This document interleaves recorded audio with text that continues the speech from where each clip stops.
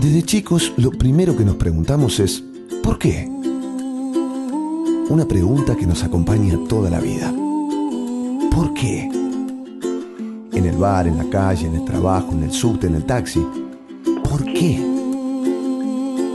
La ciudad, el país y el mundo, más allá de la coyuntura. ¿Por qué? La pregunta de siempre con la profundidad que la actualidad a veces nos hace perder de vista. ¿Por qué? Así de simple, así de profundo. Graciela Fernández Mejide se pregunta ¿por qué? El 1110. Hola, buenas tardes. Otro domingo juntos. Y esta vez vamos a meternos con el tema del federalismo. Para ayudarnos a pensar en todo esto, están con nosotros Guillermo Ariza, que es maestro, es abogado y actualmente, que es politólogo, me equivoqué de personaje. No hay ningún problema. Guillermo Ariza es politólogo, periodista y miembro activo del Club Político Argentino. Y el que es maestro, es abogado y actual diputado nacional es Ricardo Alfonsín. Él fue candidato también a presidente en 2011. Y vamos a ver si podemos preguntarnos o responder a por qué este país, que hasta desde luego en su constitución se dice federal, termina teniendo políticas, sobre todo en lo económico, si ustedes están de acuerdo, que nos hacen casi unitarios. Si usted quiere comunicarse con nosotros, puede escribirnos a porqueprograma@gmail.com o puede vernos en el YouTube de la radio. Acuérdese, 1110 con letras. Bueno, buenas tardes a ambos. ¿Qué tal, Graciela? Empezamos. Graciela, ¿cómo le va? Bueno, ¿por qué no es federal? De hecho, creo que porque hay una muy injusta distribución de los ingresos nacionales. Parte de ellos deberían ir a la provincia y van mucho menos de los que deberían ir. Y esto hace que los gobiernos pierdan además autonomía, pierdan independencia respecto del gobierno nacional. Cuando no hay independencia económica es muy difícil que exista independencia económica, de política, y una de las características del federalismo es que las provincias frente al gobierno nacional conservan ciertas competencias, conservan ciertos ámbitos en los que se manejan autónomamente. Esto no existe hoy en la Argentina, casi no existe, digamos, ¿no? Sí se pueden elegir a los gobernadores, se pueden elegir a los intendentes, a los concejales y legisladores, pero de hecho las decisiones importantes que deberían tomar las provincias para resolver los problemas muchas veces dependen de que esté esta decisión consentida por el gobierno nacional. Claro. Fíjate, yo les voy a agregar algo que ustedes saben, pero tal vez los oyentes no. En 1984, cuando se hizo la reforma de la Constitución, 1994, van a ser 20 años, cuando se hizo la reforma de la Constitución, una de las cláusulas transitorias que tenía, porque ahí no nos pudimos poner de acuerdo, es que en 2 años había que establecer una ley de coparticipación que fuera más equitativa. Todavía estamos esperando. 20 años se cumplieron ya de esa... de aquella época. El equilibrio de la coparticipación en realidad es el gran pacto federal. ¿Qué hacer con los recursos que recauda la nación y debe distribuir? Exactamente. Y efectivamente no se ha podido tocar, porque es un escándalo que no hayamos cumplido con el mandato constitucional. Me parece que, es una hipótesis, yo no soy experto en el tema, que es porque hay un equilibrio frágil donde la parte que la nación prefiere no distribuir para manejar... aclaro que yo conceptualmente no estoy en contra de que la nación tenga una capacidad de intervención para hacer el desarrollo. Yo vengo de la matriz desarrollista, digamos, ¿no? Pero, claro, si no está determinados los objetivos, si no hay prioridades, termina siendo un manejo político que desajusta más ese desajuste estructural que viene de la historia y que decía Ricardo. Claro, pero ahí entonces es donde viene, me parece a mí, a mi criterio, la segunda cuestión. Vos decís, y bien ambos, hay que resolverlo equitativamente. Ahora, ¿cómo se hace si no se le pide opinión a los gobernadores? Es muy difícil. Aclaremos que hay una ley de coparticipación, que la ley de coparticipación fue sancionada en el año 1988. Claro. Y es difícil lograr una ley de coparticipación porque hay que poner de acuerdo a todas las provincias, porque eso tiene que ver no solamente con la distribución primaria. La distribución primaria es la que dice cuánto le va a las provincias, en total, a todas las provincias, y cuánto le va a la nación. Es decir, del 100 pesos que recaude, supongamos, la distribución primaria dice, bueno, 50 para la nación y 50 para las provincias, después habrá que ver cómo se distribuyen entre las provincias esos 50 pesos. Esa distribución de los 50 pesos entre las provincias es la distribución secundaria. Eso es difícil. Claro, eso es lo difícil acordar. Ahora, claro una cosa, hay una ley, lo que pasa es que no se cumple, porque ha sufrido tantas excepciones. Se han sancionado tantas leyes que han modificado la ley de coparticipación del año 88 que hoy a las provincias, según esa ley, le debería ir por lo menos, el 37%, creo que es, 37% o el 34%, no me acuerdo bien, del total de lo recaudado. Le va el 25% del total de lo recaudado de manera automática. Agrego a lo que dice Ricardo, el hecho de que se transfirieron servicios públicos sin los recursos, es decir, claro. Por eso los estudios finos que se hacen y que no se aplican de cómo asegurar, por ejemplo, los recursos para educación, es atarlos a la coparticipación.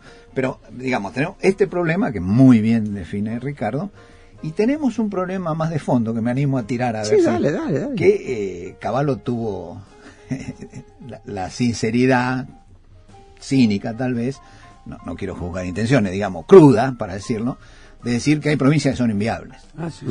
Y eso nos sublevó a todos porque el federalismo argentino viene de la historia, de la formación de la nación. Frigerio solía decir, fuimos federales para poder ser una nación. Porque tengo que decir que Guillermo es frigerista. Sí, ya lo dije yo 2 veces en para que te crean. Pero las provincias son preexistentes, claro, se dieron parte del poder. Perdieron vigencia en ese proceso histórico, por el mismo proceso histórico, por un montón de causas, y porque las fuerzas dominantes y centralizadoras triunfaron por sobre ese formato.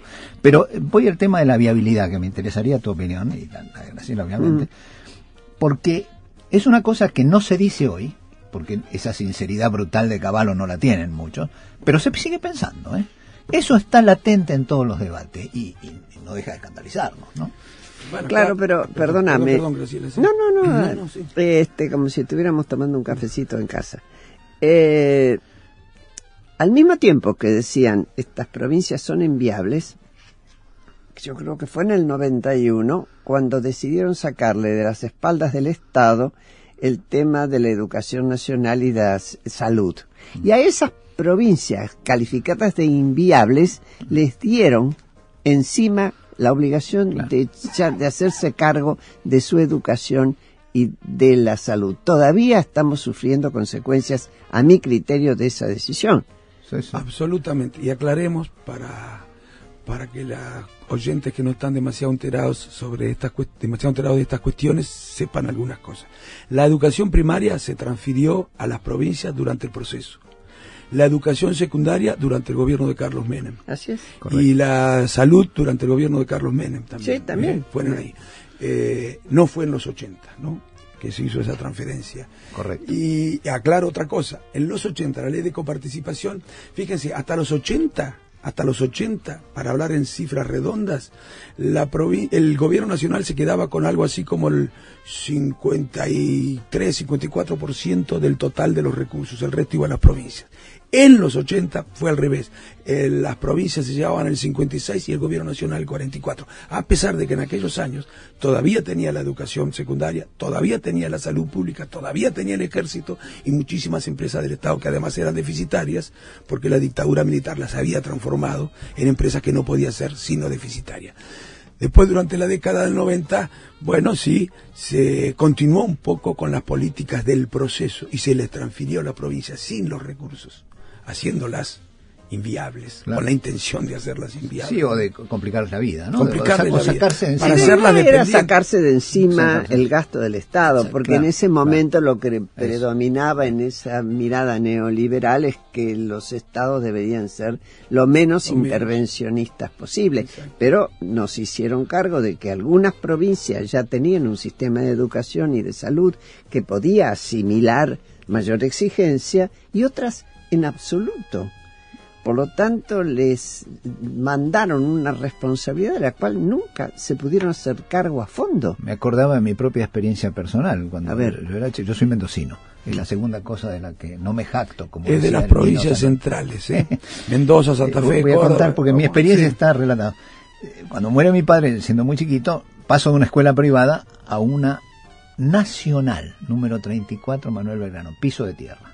Lo que llamaríamos hoy una escuela tapera. Sí. Luego paso a una provincial y luego sigue mi... Y la diferencia entre la escuela provincial y la nacional era muy marcada en calidad de recursos, de edilicios.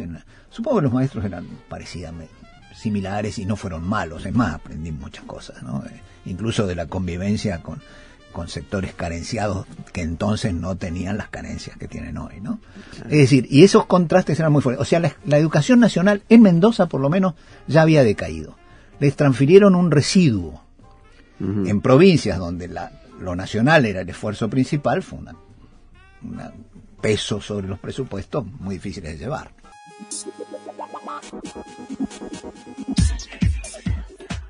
Lo que escuchamos es Mimosa, de Manuel Orvilleur. Y bueno, y acá le gané una pelea a los muchachos que me lo querían escribir en fonética, como si yo no supiera francés. En este programa nos acompañan para entender esto del federalismo, como estábamos diciendo, Ricardo Alfonsín y Guillermo Ariza. Y como en todos los programas, Pablo Marmorato y Sofía Schiff se ocupan del tema de producción, de la operación técnica Nicolás Reynoso, y nos están filmando, y usted nos podrá ver en el YouTube de la radio, Carolina Asi y Ezequiel Gilbert. Esto de filmar los programas, Sí. que es bueno, ¿no? Porque yo me vi tus programas filmados, así ¿Viste? Viniste maquillado, por eso. No, pero no le quita a la radio la esencia de la radio, que es escuchar. No, es una broma. Y me las dos encanta que cosas se trabajes. hacen, ¿viste? Porque mientras uno graba, habla también. Sí, yo hice radio también. ¿Eh? Hice radio, no solamente en Chascomús, que hace muchos años, durante muchos años, sino acá en Buenos Aires también. Y yo quería filmar también, no podían porque no había tantos recursos técnicos, no era tan fácil como ahora. Estas máquinas ahora antes eran inaccesibles desde el punto de vista económico. Vi grabado este programa y sale estupendo. No, estupendo, sí. Bueno, la Mi vamos hijo, a felicitar a Carolina y a Carolina, Ezequiel, ¿eh? Hay que decirlo, Carolina, hay que saludos decirlo. a todos, Carolina, por allá. Mirá, en el tema del federalismo, yo creo, a ver, voy a decirlo de una manera un poquito neta. Si seguimos apostando al subdesarrollo, no es que se apueste, pero de hecho, si seguimos pataleando sin salir para adelante, las provincias terminan siendo inviables. Pero no porque sean inviables, sino porque las condenamos a esa condición. Me parece que hay que plantearlo por ese lado. Absolutamente, ¿no? Por eso cuando Guillermo decía, tiene mucha razón, que él reconocía que el Estado tenía, el Estado Nacional, el derecho, y había que reconocer el derecho de poder influir en las políticas para desarrollar el interior, las provincias más atrasadas. Es absolutamente cierto. No solamente tiene el derecho, la obligación, claro. Porque sin el Estado Nacional no pueden desarrollarse algunas de estas provincias como deberían desarrollarse, o tardarían mucho más tiempo. Pero no es eso lo que se está haciendo, no es que el gobierno esté quitándoles competencia o tomando decisiones por las provincias con el propósito de desarrollarlas, sino con el propósito de someterlas. Así literalmente es. Así como es. decía Graciela, para que los diputados después voten las leyes, los diputados de esas provincias o los senadores voten las leyes que el gobierno quiere que sean votadas, y si no las votan no les mandan plata a las provincias. Bueno, abren o cierran el grifo. Exacto. Tenemos el Una ejemplo. barbaridad. Nunca había ocurrido eso, Guillermo, acá. No, seguro. Con el menemismo tampoco. No, porque, bueno, en eso yo creo que hemos dado un paso hacia abajo, ¿no? Tenemos el ejemplo recientísimo del pacto fiscal de la renegociación de las deudas provinciales, donde quedaron excluidas las provincias díscolas. En particular, Bueno. la mía, aunque yo vivo en Buenos Aires, pero las petroleras que están discutiendo el reparto de la renta petrolera, no la sumaron. Lo que es una cosa que baja la calidad de la política a un nivel sin precedentes, Bueno, ¿no? a la extorsión, Claro. al nivel del chantaje. Si no estás de acuerdo conmigo, vos no te vas a beneficiar con esta política con relación a la deuda que vos tenés con el gobierno nacional. Claro. Bueno, eso es una vergüenza que debería indignar a los argentinos. Porque además sabés que esta dependencia que tienen las provincias por su dependencia económica también afecta a los ciudadanos, los priva a los ciudadanos de la libertad a la hora de votar. Y te explico por qué, porque yo soy de un pueblo del interior. ¿Qué es lo que pasa? Los ciudadanos te dicen, yo quiero votar, suponete, voy a dejarme hacer una propaganda, al candidato radical. Pero tengo miedo que si gana el candidato radical, como no es del mismo color que el gobierno nacional, y el gobierno nacional discrimina, no voy a votar al candidato radical. No digo que todos hagan esto, pero muchos votan con miedo. Eso es otra barbaridad. También está el tema del empleo público, ¿no? Además. En una audición estaba Jorge Todesca y nos decía que de unos 30 y pico de millones de personas que podrían trabajar en este país que tiene 40, solo trabajan 16 millones. No, 11 millones. Es decir, que hay 16 que no están produciendo. Algunos a lo mejor no quieren, es una cuestión estructural, pero otros porque no se les ofrece la oportunidad. En las provincias con desarrollo habría muchísimas mejores oportunidades que ser empleado público, irremediablemente. Absolutamente. Yo diría que, exagerando un poco, utilizando una figura que solemos utilizar cuando hablamos de la política internacional, el gobierno nacional siempre, aunque en otra, no siempre, pero en general, ha tenido una actitud imperial frente a las provincias, colonial frente a las provincias. Yo creo que esta es una gran deuda que tienen los gobiernos o las provincias centrales con el interior del país, y debería ser política de Estado resolver los problemas que tiene el interior. Porque cuando decimos que el interior tiene problemas, ¿qué estamos diciendo? Que la gente sufre en el interior. Sufre como se sufría en el siglo XIX por no tener los progresos del 20 y del 21. Hay gente en nuestro país, en el interior del país, sobre todo en el norte, que vive como se vivía en el siglo XIX. Imaginemos que a nosotros nos hicieran vivir en las mismas condiciones que se vivía en el siglo XIX, cuando no existían todos estos progresos. Bueno, así viven nuestros compatriotas, y podrían no vivir así, podríamos cambiar esto. Se trata de decidir hacer eso, ¿no? Hay que tener decisión política. Ciertamente. Yo, a ver, una cosita más, esto funciona así también por ciertas complicidades locales, ¿no? Ajá. Digamos, ¿no? Es decir, las dirigencias locales pactan con esta situación. Uh-huh. No es que sean puramente víctimas, son víctimas, pero también víctimas activas de su situación. Es decir, porque todo esto funciona a través de acuerdos políticos. Claro. Y entonces, si yo pacto con el que me está estrujando, y por un lado fallo al mandato que he recibido de gobernar bien una provincia, y por otro lado traiciono los ideales y traiciono a la gente. Por eso, cuando Ricardo García decía que el ciudadano puede decir voto al radical o voto a este, pero no le va a venir bien, eso me parece un grado de elaboración superlativo. Es decir, la gente en realidad sufre el masazo, sobre todo la gente más sumergida, a veces sin saber ni de dónde viene, ¿no? Pero hay sectores de clase media, yo recorro mucho. A ver, el país no existe, el territorio nacional no existe, lo que existen, ni siquiera existe el territorio provincial, lo que existen son los municipios, ¿no? Uh-huh. La suma de municipios hace la provincia, la suma de provincias hace el país. De manera que son los municipios donde uno puede ver qué es lo que pasa, la sensación que tienen muchos ciudadanos de que pueden ser castigados si no votan. Como comunidad puede ser... Bueno, votan al signo predominante. Bueno, el mecanismo del clientelismo, que es la forma bastarda del control sobre la gente, es que uno recibe y otro no, para ver en el espejo lo que le va a pasar si no acata. Es decir, acá, antes con la esclavitud era un sistema, el esclavo que se escapaba lo perseguían y lo mataban y lo traían de vuelta, o lo mataban y lo traían de vuelta. Ahora no, ahora te someto y te pongo al lado a alguien que está peor que vos para que sigas mis dictámenes. Es horroroso y ya tiene que ver con la libertad humana y con la condición humana. No, seguramente. Hay que mirar también, Guillermo, y en esto vos tenés autoridad teórica y además autoridad política y moral, digamos, porque pensás exactamente así, digamos, en términos republicanos, la organización de un país. ¿Qué pasa con la república en el interior? En las provincias esas del interior, porque esos pactos, esos acuerdos espurios que son a veces necesarios para que pueda continuar esa relación de dependencia, porque en el fondo no les interesa si esa relación de dependencia no pone en peligro la posibilidad de permanecer en el poder. Esos son posibles porque no hay república. porque en muchas provincias controlan el poder ejecutivo, y me llama la atención que los medios no pongan la lupa sobre eso, porque este medio sí, mira. No, bueno, este medio muy bien, pero pues digo, a ver, los medios locales en las provincias a veces no pueden porque están subordinados, tienen una dependencia económica con el gobierno, y la gente no alcanza ni a pensar siquiera qué es lo que está pasando en términos republicanos en esas provincias, salvo determinados sectores. Ahora, necesitamos que se sepa fuera de esas provincias también. Claro. Y fuera de esas provincias solamente pueden saberlo si los medios nacionales se ocupan de esto. Es una vergüenza lo que ocurre. Controlan el poder ejecutivo, controlan el poder judicial, controlan los parlamentos, controlan la mayoría de las instituciones de la sociedad civil, controlan los sindicatos y controlan el poder económico. Y los medios, muchas veces, los subordinan a los medios.